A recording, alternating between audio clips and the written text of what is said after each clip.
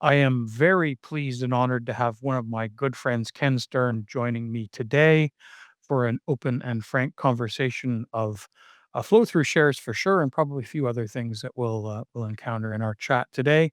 I have known Ken for a good 25 years. Our neither of our hair has changed in that period of time.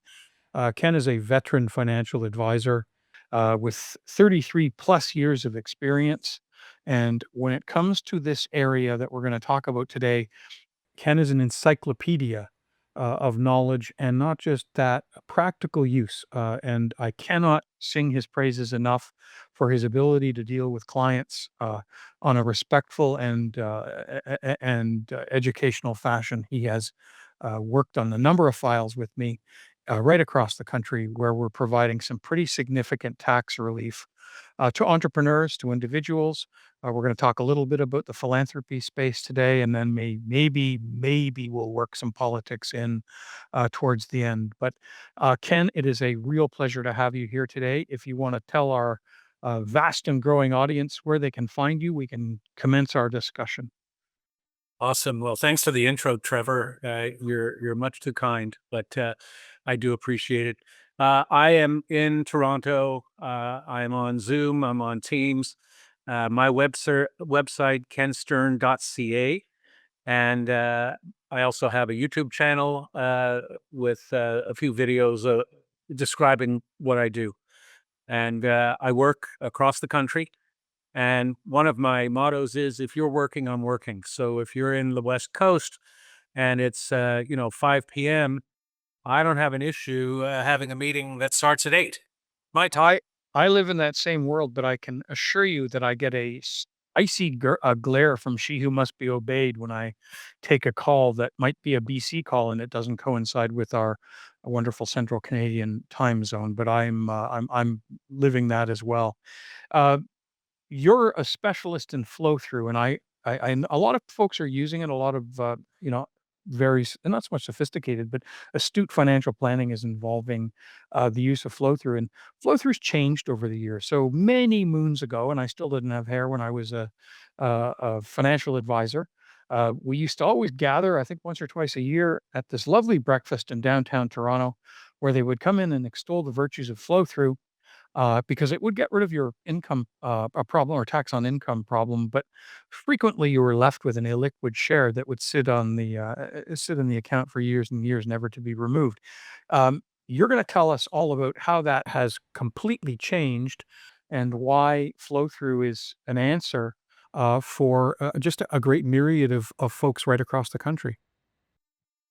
Yes. Well, as a financial advisor, uh, really the only flow through product I was aware of was through a limited partnership.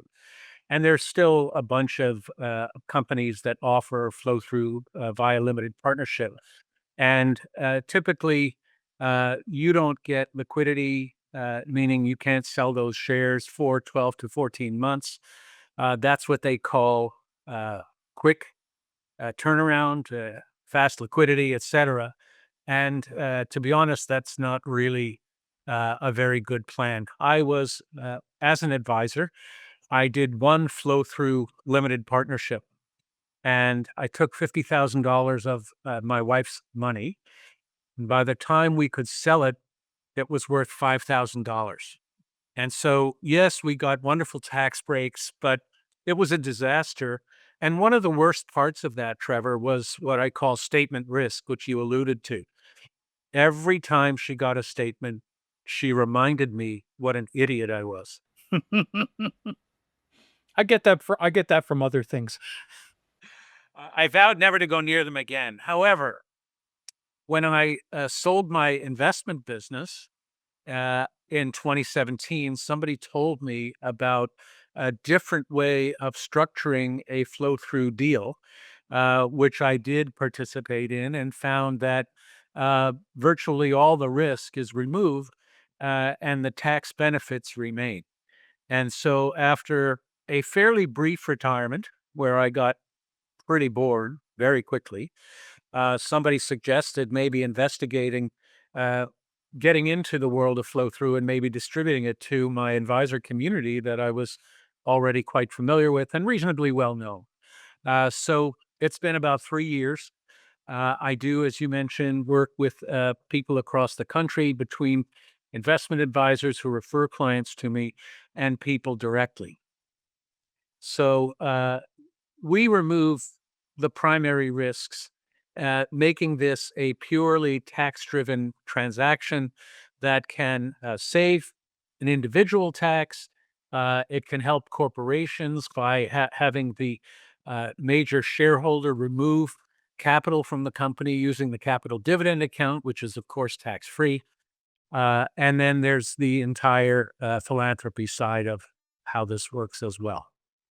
So why don't you walk through sort of a common case that you're running into? It's usually somebody who has pretty considerable income and they're walking into that wonderful 53.53% buzzsaw that we have in Ontario called the top marginal tax rate.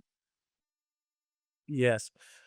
So, as I said, I deal with a lot of advisors and they provide me with details about someone's income, any other deductions they may have, um, any credits, et cetera. And we analyze what an optimized amount of purchase of flow through would be. We always have to keep in mind on the personal level something called AMT or Right. alternative tax. And it's a little complicated to calculate it. We have some people in our back office who help do that as well. So you can't reduce your income down to zero using flow through shares. And the rules have changed recently, kind of limiting the amount one can purchase. There's no AMT on the corporate side. Right. You can drive the corporate tax bill down to virtually zero. But this works best against the highest taxed income. So, first of all, this transaction is only available to accredited investors. I'm not going to go through the definition of an accredited investor, but there's limited supply and there's a limited clientele, although there's many, many accredited investors in Canada who aren't aware of this. And obviously, if they're not aware, they're not taking part in it as well. So we will help people optimize. We're talking usually maybe in the 20% of their income that we could actually offset. Uh, yeah, that's pretty much how it works. And and most of the issuers are now, it used to be oil and natural gas, but unfortunately the anti-energy bent of the past and hopefully not current federal government has sort of driven that from the marketplace. But who are it's exploration credits. So what companies, what areas are you seeing them coming out in? So there's also exploration and development credits, and they're two different tax regimes. Uh, we're seeing gold in particular right now, given the price. Right. So companies are reluctant to issue new shares when their share price is depressed because that dilutes the existing shareholders more than they might otherwise have to. So prices are up in the mining sector. Critical minerals have become a very hot topic. In fact, in 2022 federal budget, the government increased the investment tax credit that's usually available with flow-through shares. That's a 15% tax credit, not a deduction, a credit. When the company is exploring for critical minerals, that credit goes up to 30%. So it's very significant. And clearly, the government is supporting this regime by making various announcements. They reiterated their commitment to the flow through regime in the most recent pronouncements because we don't have a budget. Um, and And no one seems to be upset about that, which is disconcerting. well, So, not no one, well, we are. not no one exactly.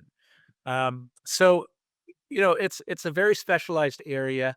Uh, it's been around since the 1970s.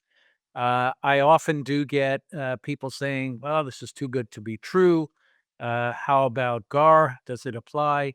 Why does the government let you double dip if you're doing a donation?" Uh, these are all things that have been tried and true, and we can talk to any accountant. We have senior accounting and legal professional references that we can provide, et cetera. Well, and to speak to that, I know, I mean, I work, as you know, across the country, and invariably my work involves a client's accountant. And I can attest to the fact that these strategies, these structures are being used not only by clients, but by senior accounting professionals right across the country. I bump into them in Montreal, Toronto, Calgary all the time. So if there's any endorsement for just use by smart people who know how this stuff works, I'm seeing it firsthand and on a daily basis. Yeah, yeah, no, and I do run into accountants who, think it's too good to be true. And the fact of the matter is, they're not open to learning why it is a valid transaction. Mm, that's true. At that point, I say, never mind. Um, but one thing I want to mention, Trevor, is that supply is very limited. So I often hear, how come I never heard of this before? Well, the reason is that there's not that much in the way of distribution. The deals are considered a private placement. So you're Mhm. buying shares directly from treasury of a company. And if nobody's issuing new shares, especially if and when the prices are down, the share prices are down, then there's not much deal to be had. Yeah, I exactly. spend a lot of my time educating people, analyzing their position, making recommendations, and then essentially taking a reservation list so that when a deal is announced, and we usually only have about 2 weeks from the announcement to closing, uh, we can be on that immediately, and we'll send real numbers to people because we can't send real numbers until we have an actual deal. But the numbers we work with in the sort of research phase, we'll call it, are always relatively close to, a deal that might come out because they're all from prior deals.